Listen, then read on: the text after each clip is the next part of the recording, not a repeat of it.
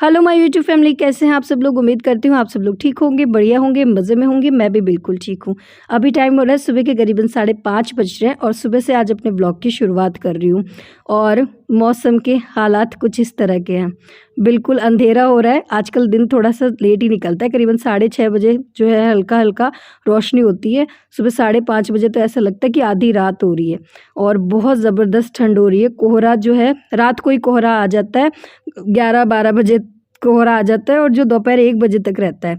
और इसी वजह से इतनी ज़्यादा ठंड होती है। थोड़ी देर जो है सूर्य देवता निकल आते हैं, दर्शन देते हैं, तब थोड़ी ठंड से राहत मिलती है, वरना बहुत ज़बरदस्त ठंड है। कड़ाके वाली ठंड जो बोलते हैं ना, वो हो रही है 2-3 दिन से। हालत बहुत ज़्यादा ख़राब है। और जब मैं इस तरह से बोलती हूँ ना, तो कुछ सब्सक्राइबर कमेंट करते हैं कि इतनी क्या ठंड हो रही है, इतनी क्या ठंड हो रही है। तो उनसे मेरी रिक्वेस्ट है कि आप आओ 2-4 दिन और इस टाइम जो है आप राजस्थान में आकर देखो, तब आपको पता चलेगा कि कितनी ज़बरदस्त ठंड है। खैर, बाहर का मौसम का नज़ारा दिखाने के बाद मैं आ गई हूँ किचन में। और आजकल मैंने थोड़ा सा अपना रूटीन चेंज कर दिया है। मैं जो है आजकल बाहर बालकनी की नहीं, पहले ये बता देती हूँ, ये मेरी उंगली पे चोट लग गई थी। मैंने दिखाया भी था जब मैं मायके पे थी, तो मेरी उंगली में चोट लग गई थी। और इस पे बहुत ज़्यादा मतलब जैसे जैसे मैं काम करती हूँ दोबारा उस उंगली पे लग जाती है ना, तो इसमें थोड़ी थोड़ी सी वो हो गई है, पक गई है मतलब इसमें। और रिस्सी रिस्सी बोलते हैं हमारी देसी भाषा में, तो वो हो गई है इसके अंदर। तो मैं रात को तो इस पे देसी इलाज कर रही हूँ। पहले तो मैंने 2-4 दिन तो इस पे ट्यूब वगैरह लगाई थी, पर उससे कोई फ़ायदा नहीं हुआ था। तो अब मैं इस पे देसी इलाज कर रही हूँ। इस पे मैं गुड़ और हल्दी जो है ना, वो बांधती हूँ रात को, और उससे मुझे काफ़ी ज़्यादा फ़ायदा हुआ है। वरना तो इतनी ज़्यादा भयंकर इसमें दर्द हो रहा था इस उंगली में। और फिर जो है सुबह में मैं इसमें लगा लेती हूँ, ये बैंडेड लगा लेती हूँ, क्योंकि इसको वापस जब गिल्ली होती है, वापस अगर इधर उधर ये टच होती है ना, तो इसमें फिर से दर्द हो जाता है। और अंगुली भी टूटी हुई है और घर के काम भी बहुत सारे हो गए हैं क्योंकि मायके से आई हूँ, तो घर में काम जो है बढ़ ही गए। चाहे 2-4 दिन के लिए भी गई थी, पर कपड़े भी बहुत ज़्यादा हो गए हैं और घर भी अच्छे से साफ़ नहीं है। तो आज थोड़ा सा जल्दी उठी हूँ और सारा घर का काम जो है आज अच्छे से निपटाना है।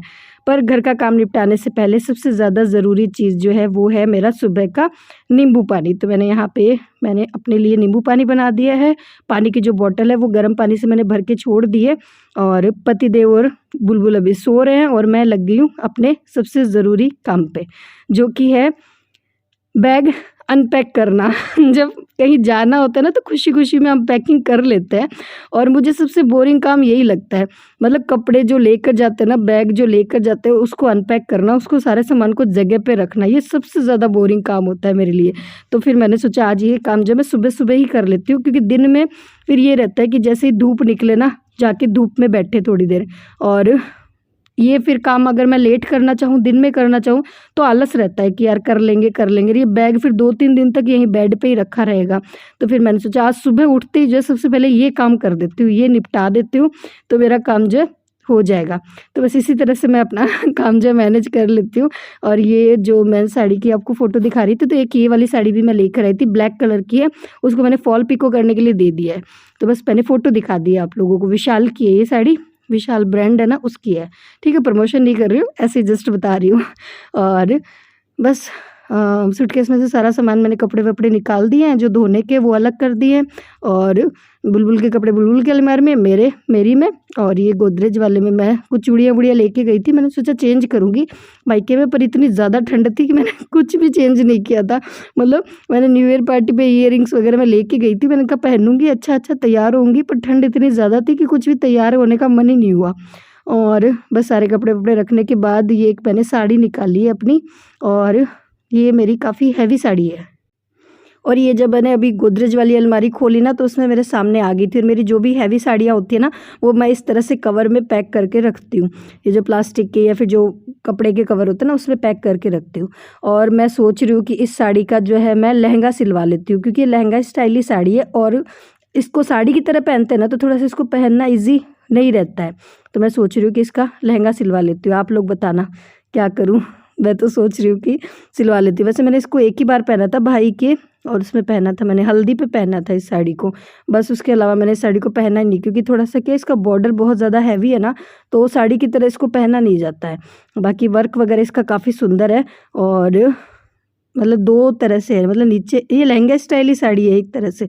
नीचे इसकी पटलियाँ अलग तरीके की है, बाकी इसका पल्लू ये बिल्कुल ऑरेंज कलर का। तो इसकी मैं सोच रही हूँ कि लॉन्ग मैं कुर्ती बनवा लेती हूँ, और बाकी जो नीचे का पार्ट है उसका मैं खूब घेर वाला लहंगा बना लेती हूँ।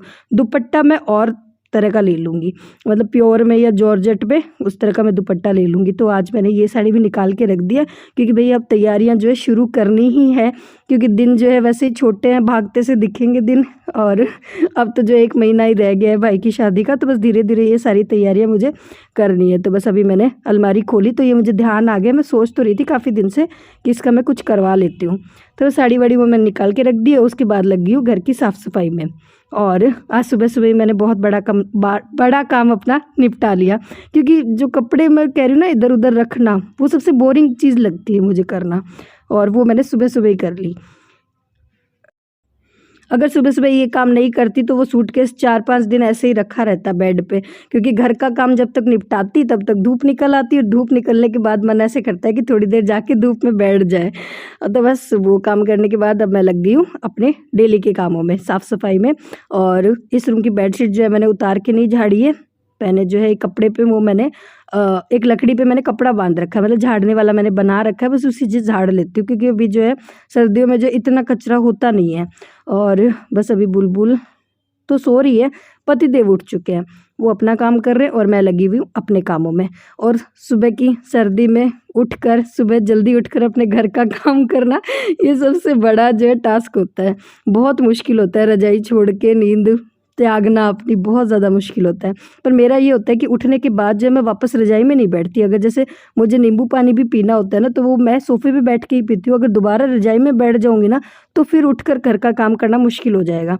तो मैं कोशिश यही करती हूँ कि उठने के बाद जो दोबारा रजाई में ना बैठूँ, चाहे 5 मिनट भी। कई बार ऐसे सोचते हैं ना कि चलो चाय बना ली यार, 5 मिनट जाके रजाई में बैठ के पी लेते हैं, फिर उठना मुश्किल हो जाता है। तो इसी तरह बस मैंने झाड़ू लगा दी और उसके बाद मैं बना रही हूँ सूप। अभी जो है सर्दियाँ स्टार्ट हो गई है, तो सर्दियों में जो सुबह सुबह गर्मा गर्म सूप पीते हैं। अब नारियल पानी बंद कर दिया है, तो सीज़न के हिसाब से जो है ना सारी चीज़ें हमारी चेंज होती रहती है। जब गर्मियों में नारियल पानी पीते थे और अभी जो है सर्दियों में पीते हैं सूप। सूप मैं बिल्कुल सिंपल तरीके से बनाती हूँ। टमाटर को मैंने थोड़ा सा पानी डाल के उबाल लिया है और उसके बाद मैंने मिक्सी में उसको पीस लिया, फिर छान लिया है, और थोड़ा सा काला नमक डाला है मैंने, थोड़ी सी मैंने चीनी डाली है, और इधर मैंने चम्मच में लिया थोड़ा सा घी में डाले मैंने 2-4 लौंग और थोड़ी सी काली मिर्च। बस अब इन सब चीज़ों को मिक्स कर देंगे अच्छे से और बन के सूप तैयार है। सर्दियों में पीना भी चाहिए, अच्छा रहता है, विटामिन सी मिलता है, तो चेहरे को भी अच्छा करेगा और हेल्थ को भी अच्छा रखेगा। तो बस सूप बना के छोड़ दिया है, मैंने सोचा पियेंगे, पर पतिदेव अभी जो है अपनी पूजा की तैयारी कर रहे हैं, तो मैंने सोचा तब तक जो है मैं कपड़े निपटा लेती हूँ। मशीन जो है मैंने सुबह उठते ही लगा दी थी, उठते ही मैंने पहला काम मशीन लगाने का ही किया था। उसके बाद जो है मैंने अपना सूटकेस वगैरह जो है कपड़े वगैरह मैंने इधर उधर रखे थे, पहले मैंने मशीन लगाई थी। मैंने कहा सारा काम जब तक निपटे तब तक मशीन वाला काम भी साथ साथ हो जाए, क्योंकि कपड़े भी बहुत हो गए हैं। मायके गई थी तो पीछे से पतिदेव ने खाना वाना तो सब मैनेज कर लिया था, पर कपड़े उनसे नहीं होते, तो मैंने उनको बोला था कपड़े इकट्ठे कर लेना, मैं आने के बाद धीरे धीरे करके धो दूँगी। तो मैं एक साथ तो सारे कपड़े नहीं धो रही हूँ, कल भी मैंने मशीन लगाई थी और आज मैंने फिर से मशीन लगा दी है और धीरे धीरे करके धो दूँगी सारे कपड़े। तो बस कपड़े वपड़े धुलने के बाद अब लगाते हैं पोछा लगा दिया है, और तब तक पतिदेव का भी काम हो चुका है। और अब पी लेते हैं गर्मा गर्म सूप। कौन कौन बनाता है मुझे ज़रूर बताना, और अगर आप कुछ अलग तरीके से बनाते हो तो वो भी रेसिपी मेरे साथ ज़रूर शेयर करना। बाकी मैं तो इसी तरह से सिंपल तरीके से बनाती हूँ और कोई झंझट नहीं है इसमें। तो बस मैंने बाउल तो मेरे पास है नहीं सूप वाले, हम तो इस कप में ही पी लेते हैं। ये बच्चों की कप है, गुड्डू का और बुलबुल का, तो बच्चे तो आजकल इसमें पीते नहीं, उनको नई नई चीज़ें चाहिए होती है। तो बस इसी में मैंने डाल लिया, और मेरे वाले में मैंने थोड़ा सा मक्खन डाला है, क्योंकि मक्खन जो है सूप में अच्छा लगता है।